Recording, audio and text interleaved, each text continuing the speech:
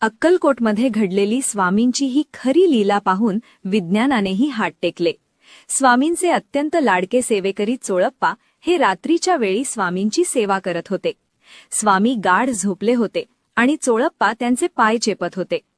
अचानक अंधारातून एक काळा कुट्ट आणि विषारी नाग सळसळत आला आणि थेट चोळप्पांच्या पायाला विळखा घालून बसला. चोळप्पा घाबरले, पण स्वामींची झोप मोड होऊ नये म्हणून ते जागेवरच स्तब्ध राहिले. त्यांनी स्वामींचे स्मरण केले. नाग भणा काढून डंख मारणार तेवढ्यात झोपलेले स्वामी अचानक जोरात ओरडले, "अरे, खबरदार जर माझ्या भक्ताला स्पर्श केलास तर." आणि काय आश्चर्य, त्या विषारी नागाने एका सेकंदात आपली फणा खाली घेतली आणि चोळप्पांच्या पायाचा विळखा सोडून तो शांतपणे तिथून निघून गेला.